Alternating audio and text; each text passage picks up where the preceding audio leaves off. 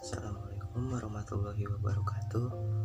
Nama saya Taufik Fatur Rahman. Halo, nama saya Lugi Maharani. Nama saya Firoli Firolando. Nama saya Ivana Feinisha. Halo, perkenalkan nama saya Radza Fitrandra dari kelas 8 Bina Bahasa, kelompok 3. Pangeran Haria Dipanegara atau biasa dikenal dengan nama Pangeran Diponegoro, lahir di Ngayogyakarta, Hadiningrat, 11 November 1785 sampai meninggal di Makassar, Hindia Belanda, 8 Januari 1855 pada umur 69 tahun.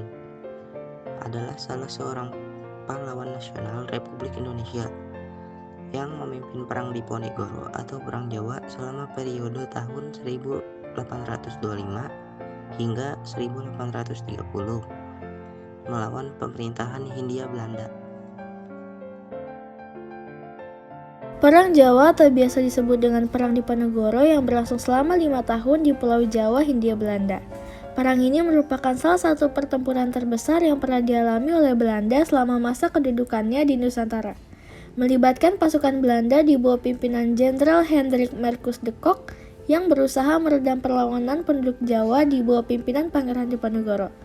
Akibat dari perang ini, 200 jiwa penduduk Jawa melayang, sementara korban tewas di pihak Belanda berjumlah 8.000 tentara Belanda dan 7.000 serdadu pribumi. Akhir dari perang mengenaskan ini adalah penguasaan Belanda di atas Pulau Jawa. Berikut adalah kronologis Perang Diponegoro. Perang ini terjadi tanggal 20 Juli 1825 karena awal mulanya Belanda memasang patok di tanah milik Pangeran Diponegoro di desa Tegalrejo. Pangeran Diponegoro menggunakan strategi gerilya dan memusatkan pertahanan di Gua Selarong. Pada puncak perang, Belanda kewalahan dan mengerahkan lebih dari 23.000 serdadu. Pada tahun 1827, Belanda menggunakan strategi benteng dan berhasil menangkap Kiai Mojo. Lalu setelahnya, Pangeran Mangkubumi dan Panglima utamanya Sentot Ali Basya menyerahkan diri pada Belanda. 28 Maret 1830, Jenderal de Kock menjepit pasukan Diponegoro di Magelang dan Pangeran Diponegoro menyerahkan diri di sana. Ditangkap dan diasingkan ke Manado lalu dipindah ke Makassar hingga wafat. Hebatnya strategi Pangeran Diponegoro, Anthony Hendrik, residen Yogyakarta yang merupakan orang Belanda, berniat membangun jalan kereta api. Rencana ini ditentang oleh Pangeran Diponegoro lantaran rel kereta api tersebut mengenai area kediaman neneknya di Tegalrejo. Perang Jawa tak dapat dihindari. Dimulai pada 20 Juli 1825, Pangeran Diponegoro dan para pengikutnya menerapkan strategi gerilya untuk menghadapi Belanda yang jelas lebih unggul jumlah prajurit dan persenjataan.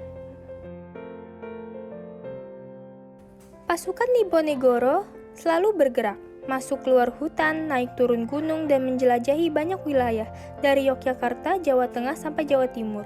Strategi ini sangat merepotkan Belanda yang terpaksa mengeluarkan banyak biaya untuk membiayai Perang Jawa dan mendatangkan pasukan bantuan. Belanda terpaksa menarik pasukan yang sedang menghadapi pertempuran di Sumatera Barat, yakni Perang Padri, yang digalangkan oleh para tokoh Minangkabau, termasuk Tuanku Imam Bonjol, untuk diperbantukan di Perang Jawa. Tokoh yang berperan dalam Perang Jawa yang pertama ada Kiai Mojo yang merupakan sepupu dari Pangeran Diponegoro.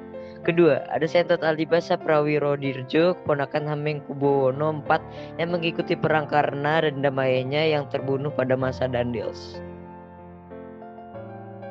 Pemimpin dari pihak Belanda di Perang Jawa, Jenderal Hendrik de Kock berkuasa dari tahun 1825 sampai 1826.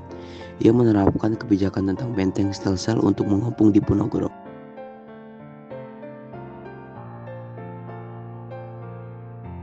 Akhir dari Perang Diponegoro.